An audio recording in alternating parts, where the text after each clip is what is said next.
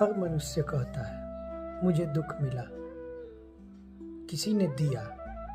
पर श्री रामचरितमानस का अगर उदाहरण ले तो ये हमें सिखाती है कि दुख बाहर से नहीं आता, वह हमारे भीतर के अज्ञान, अहंकार और मोह से जन्म लेता है। कैकेयी का उदाहरण लेते हैं। कैकेयी जी ने राम जी को शत्रु बनाया। न कोई कारण था, न ही कोई ऐसी बात थी, लेकिन जब मन में मेरा पुत्र राजा बने इस बात का मोह हुआ तो वही कैकेयी के जीवन को बदलने का कार्य किया। इसका मतलब कैकेयी के जीवन में दुख लाया। जिन्हें सब मिला था वो भी दुखी हो गए, क्योंकि उन्होंने अपने मन को जीतना नहीं सीखा। दुख किसी स्थिति से नहीं, हमारे दृष्टिकोण से पैदा होता है। इसमें रावण का उदाहरण लेते हैं। अहंकार में जला।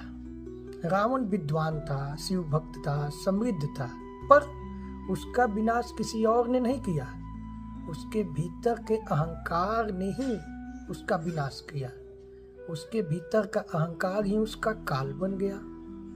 रावण को श्री राम ने नहीं मारा, उसके कर्मों ने मारा।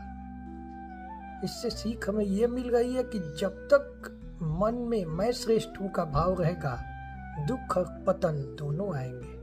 सीता जी का जब वनवास हुआ तो सीता जी ने क्या किया? सीता माँ ने स्वीकार किया। यहाँ पर देखिए, सीता जी ने दुख को स्वीकार किया। सीता जी ने दुख को ईश्वर की योजना मानकर स्वीकार किया। उन्होंने किसी को दोष नहीं दिया, बल्कि अपने भक्ति भाव को और सुदृढ़ किया। और स्वीकार करना ही सच्चा बल है। जो दुख को प्रभु का प्रसाद माने वही मुक्त होता है। फिर उसको दुख प्रभावित नहीं करता, बल्कि उसके लिए दुख एक साधन बन जाता है मुक्ति का। श्री राम जी के जीवन को देखते हैं तो दुख में भी भगवान शांति के प्रतीक बने रहे। श्री राम जी ने वनवास स्वीकार किया, पिता की आज्ञा में सब कुछ छोड़ दिए, लेकिन कभी शिकायत नहीं की। यही आत्मबोध है। कभी भी रामायण में आप नहीं पाएंगे श्री राम जी ने बोला हो कि मेरे पिताजी ने मुझे निकाल दिया। नहीं, उन्होंने स्वीकार किया। राम जी कहते हैं कि जब मन प्रभु के चरणों में स्थिर हो जाए तब कोई दुख नहीं रह जाए।